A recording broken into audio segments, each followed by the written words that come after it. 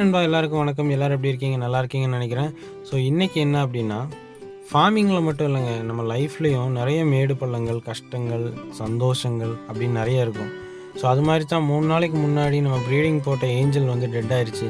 So அதனோட video நான் ஏற்கனவே போட்டிருக்கேன். ஸோ இன்றைக்கி என்ன அப்படின்னா, அது வந்து ரொம்ப சோகமாக முடிஞ்சிருச்சு இல்லையா?